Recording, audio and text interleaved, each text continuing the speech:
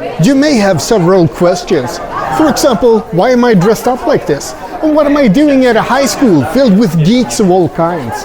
Today we're gonna check out the winter edition of a Swedish convention called NärCon and also have a closer look at cosplay.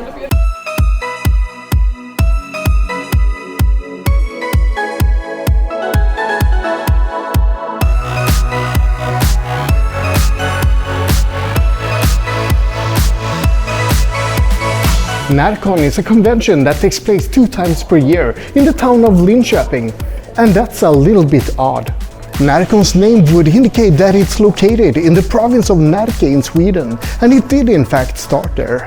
The first NärCon took place in 2002 in the town of Örebro, but it moved here to Linköping in 2011. Since 2013 there have been 2 editions of NärCon, a winter event and a summer event. This is the winter event, and that's why everyone is dressed up so warmly. Approximately 1,500 people visited the winter edition when it started in 2013, and by now it's grown to 2,000 visitors. NärCon actually had a Stockholm edition for a while as well. I'm not sure why they cancelled it. Probably to spite me, so I have to travel all the way here instead. NärCon Stockholm was also the first time NärCon hosted the Swedish Masterships in Cosplay in 2014. By 2015, the Swedish Cosplay Masterships moved to the NärCon Winter edition instead. So cosplay is something that's been closely connected with NärCon for a long time.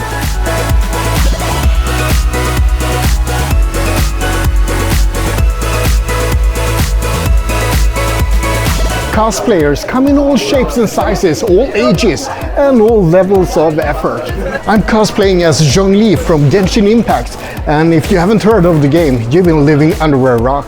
Many people are nervous about cosplay. I'm not pretty enough, I don't look like the character, or I'm too old. Look, if I can do this, so can you. Cosplay is for everyone. You just have to pick a character you like, go to a convention, and have fun. Now let's have a look at some other cosplayers here at NärCon. Look at this, I found a Harley Quinn.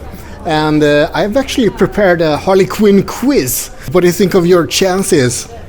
Pretty good. First question, where did Harley Quinn make her first appearance? In an animated series, I think. Spot on, 1 out of 1 correct. So the second question, what is Harley Quinn's real name? Harley Quinzel. Do you know the middle name? No. I looked it up, it's Frances. Okay, last question. Harley Quinn is acquainted with Poison Ivy. What's the pet name that Harley Quinn has for Poison Ivy? I have forgotten that one. I don't know actually now.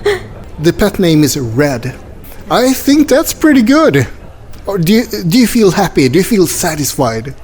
Yeah, I do. Pretty good. This costume, you bought it instead of making it yourself. How come? Do you want to have a life outside of cosplay? I can't sew so much, so it's easy to buy already made ones, and I also stream, so I don't have so much time to sew, so it costs them anyway. Fair enough, and it's a really good cosplay. I really like the details. So, awesome work. I think I found Master Chief wandering around. So, how come you chose to cosplay as Master Chief? Halo was my very first video game, and now it's 20 years ago since I played the first game, and since then I was kind of hooked on the series, and it's been with me throughout the majority of my life, so it's had a huge impact on my life. So you mentioned that Halo Infinite is released as well. I haven't played that much Halo the last few years, but when Halo Infinite was released I replayed all of them, and that kind of revived my love for Halo, and therefore I wanted to cosplay Master Chief because it's been like a lifelong dream, so to speak. So. Creating a cosplay like this takes hundreds of hours and armor. That's really intense work, but you bought yours. Well, for years I've been thinking about I want to do Master Chief, and I was thinking I was going to build it, but it never really came into fruition, and like if I'm ever going to cosplay Master Chief I have to buy it.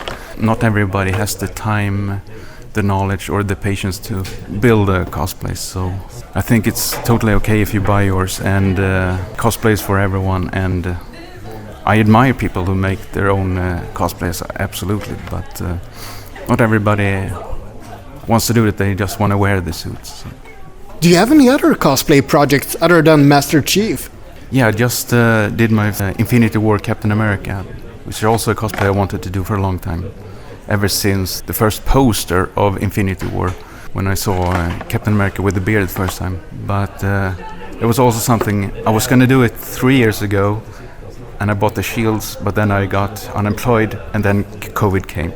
But now, when it's more open again, I thought it was the perfect opportunity.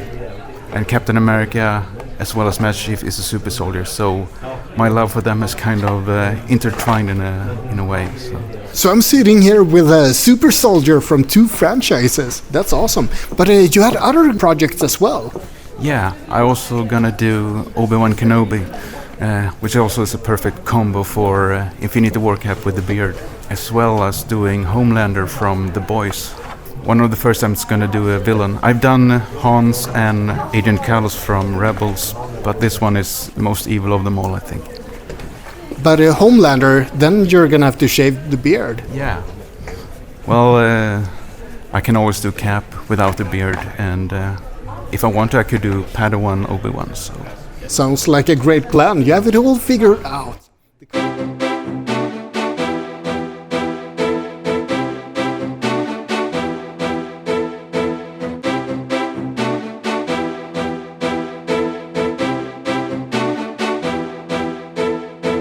There are basically 2 different ways you can get a costume for your cosplay. You can either buy it or you can make it yourself. I guess there's a third option as well. You can take whatever you have at home and pretend it's a costume. I dressed up as Arthur Dent from The Hitchhiker's Guide to the Galaxy that way once. All I needed was a bathrobe and a towel and a perpetually stupid look on my face. I think I nailed that last part especially. If you want to buy your costume, you can find a lot of different sellers online, but the quality can vary a lot.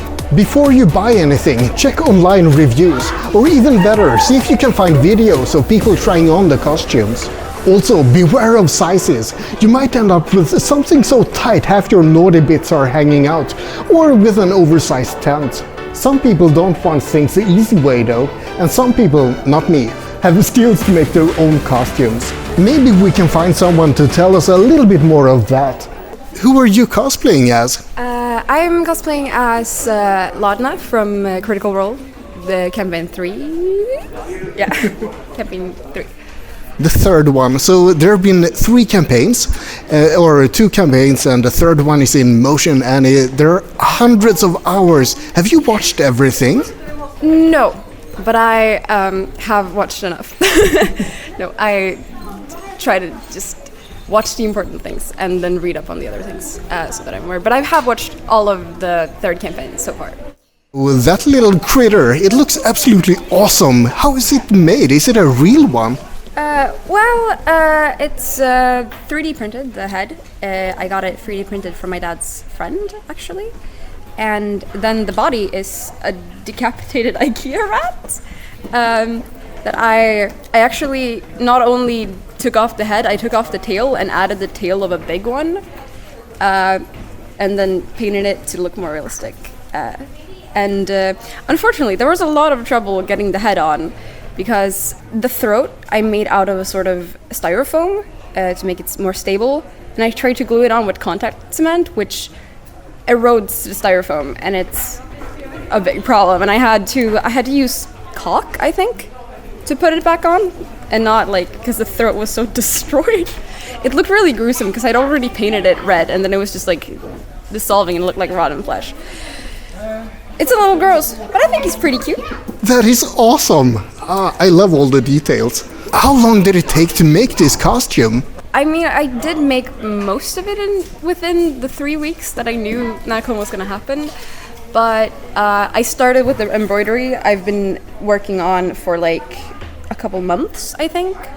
I could have probably done it faster, but I was it was a slow thing. I didn't think much of it. I thought it's just a little nice embroidery thing.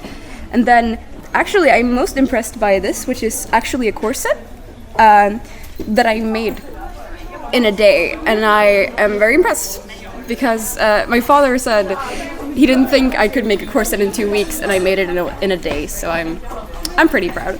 That's awesome. Does it have like these metal spokes as well? Actually, no. It has like big size zip ties, which are a little bit softer and easier to come by, and way easier to trim.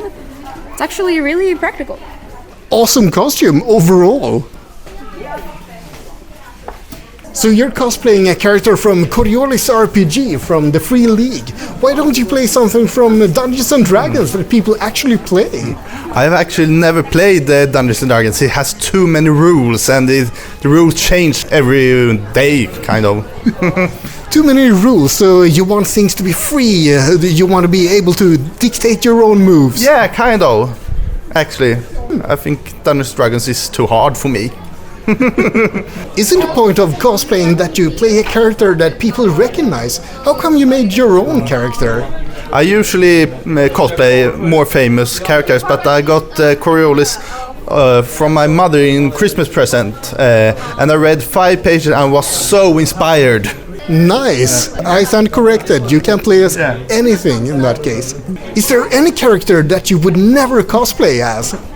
Furry cosplay. I don't have anything against furries, but their costumes is too hot. You know, there's a furry meetup at 4 p.m. right after this. Are you gonna attend? I don't think so. Well, thank you very much. Thank you. People have dressed up as different characters for a long time. A long time. It's been common practice in theater, at masquerades, or just for plain fun. In 1939, Forrest Ackerman and Myrtle Douglas dressed up for the World Science Fiction Convention. They were the first people to ever dress up at a convention. Things escalated after that, and by the 1970s there were many costume masquerades in the US, and people often dressed up as characters from the Rocky Horror Picture Show. Japan also had a lot of fans dressing up during the 70s, and it became popular to dress up as characters from anime and manga. The term cosplay was first used in 1983 by the journalist Nobuyuki Takahashi regarding Japanese cosplay at the Comiket convention. Things went a little bit slower in Sweden. I don't remember cosplay being a big thing in the 90s or even the early 2000s, but things changed in 2011. That was when the first Swedish masterships in cosplay were held. Cosplay in Sweden pretty much exploded after that, and every year since 2011 you see more and more people dressing up and more people attending Swedish conventions like NärCon.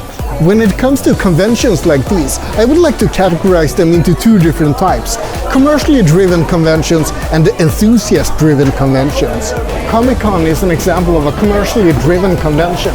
It takes place in a big hall and features lots of big sponsors. NärCon is the other type of convention. It was started by geeks for geeks, and it has a lot of focus on activities and social interaction. At Comic-Con you have the feeling that someone is always trying to sell you something, but at NärCon you have the feeling that someone is always trying to get to know you instead. Quite a scary thing for us introverts.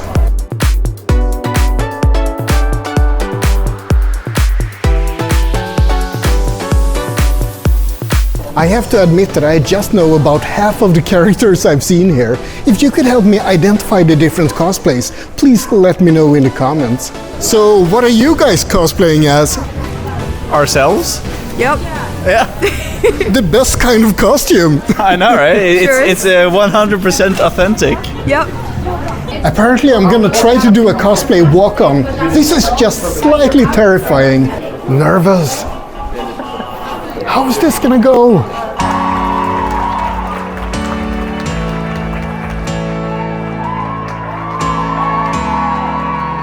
What am I doing?